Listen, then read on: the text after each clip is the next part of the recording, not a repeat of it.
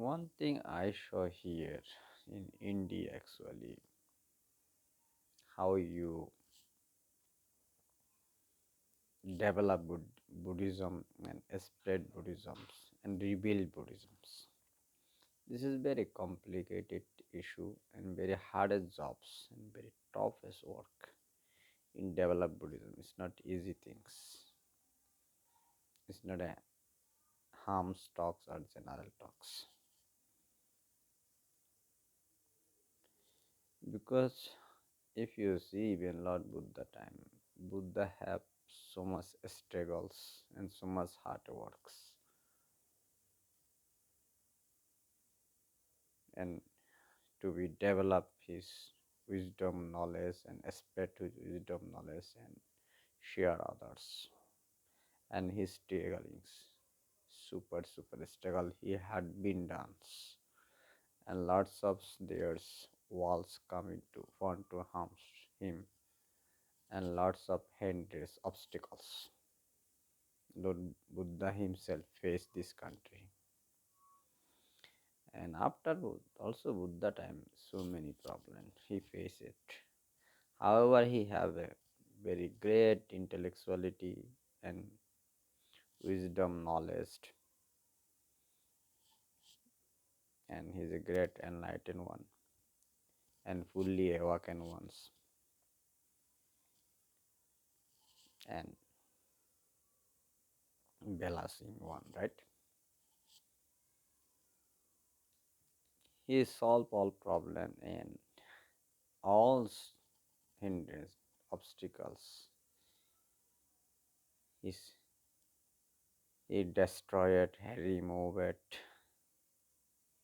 and he denied it, avoided it until he continue his hard work and his knowledge, wisdom he spread and he share others. And he built the distinguished community and distinguished peoples this land. There's thousand descendants.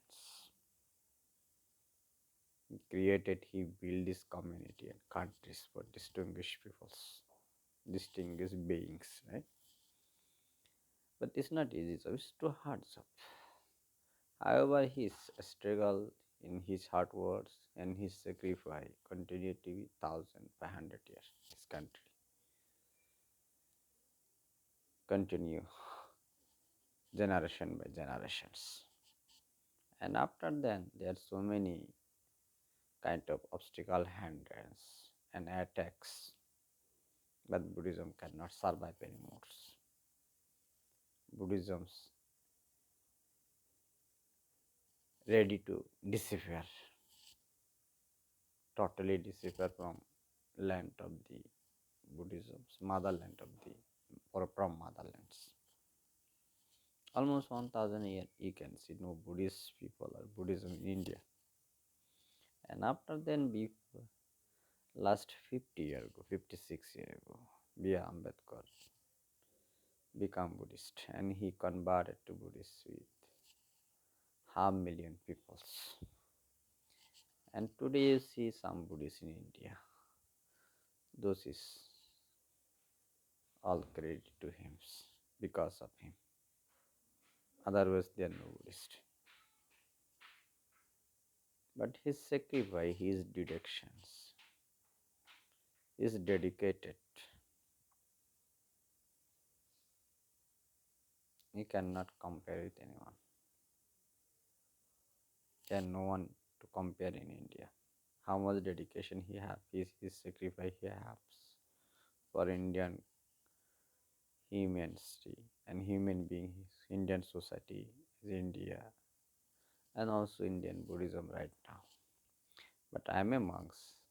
My main topics about Buddhism, how you can rebel and how we spread Buddhism, how will be secure Buddhism in India, and how you will be create pure Buddhist community. This is very complicated issue, I know, because myself very confusing sometimes, very disappointed sometimes. How I said that because when I saw here what's going on actually in here right now, we have studied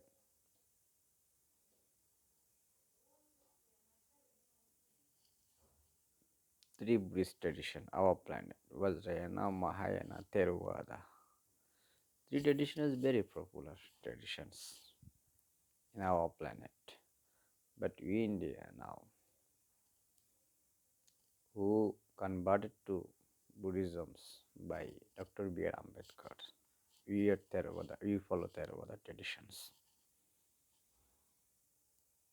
But who we follow Theravada traditions as his order, how you step in on a Buddhism as a lay male females. You have to take a three refuse, five precepts, and 22 detection there's.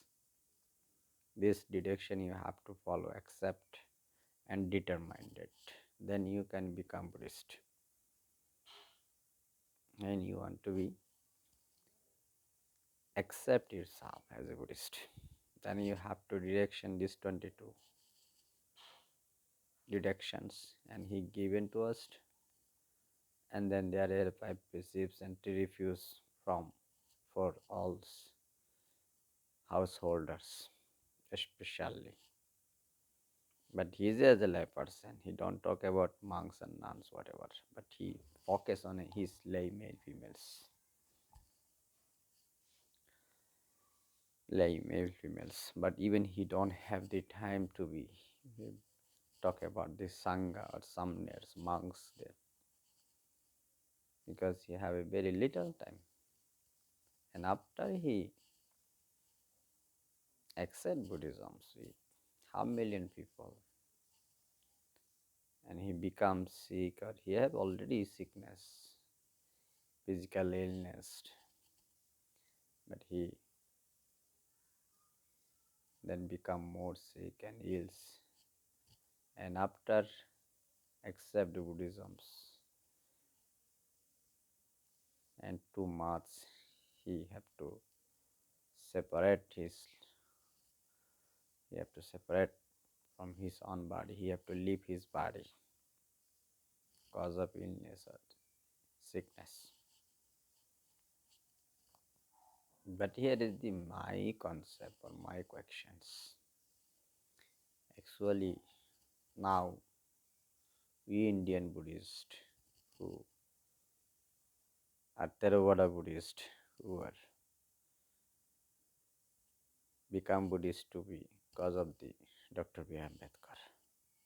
What we should do and what is the proper and appropriate perfect way to follow Buddhisms and rebel Buddhisms, spread Buddhisms and secure Buddhism in India. These are very responsible questions, very responsible things, very serious matters. Because distant parts have a Buddhism have a super so many hindrance obstacle, even Lord Buddha himself, and after Buddha and almost 1000 years Buddhism was disappeared this land from, and Buddhism rebel or come back to India because of Dr. B. Ambedkar from he bring back to Buddhism in Indian communities, Dr. B. Ambedkar, and he given us to be Theravada Buddhisms. But here is the questions, and I show here all over India their Theravada tradition have so much problem going on today, too much obstacle, too much hindrance, and too much disappointments, confusions, so much trouble going on today. And what is this trouble and hindrance obstacles? What is this complicated issue we need to discuss? and you have to solve these problems, and you have to remove this obstacle or destroy this hindrance. And how you should do this, how you take care this is important. And we are who are following Theravada Buddhism in India, and actually what is the proper and perfect correct path of the Theravada Buddhisms, one thing. And second thing, and what kind of responsibility and what kind of hard words and what kind of train and we need it, and what kind of preparation or readiness we need it. And third one, there's some Theravada tradition our planet. Thailand, Burma, Sri Lanka, Laos, Cambodia, Vietnam, there's some Theravada Buddhist, Indian, Bangladesh. And how that can help us and how that can work with us.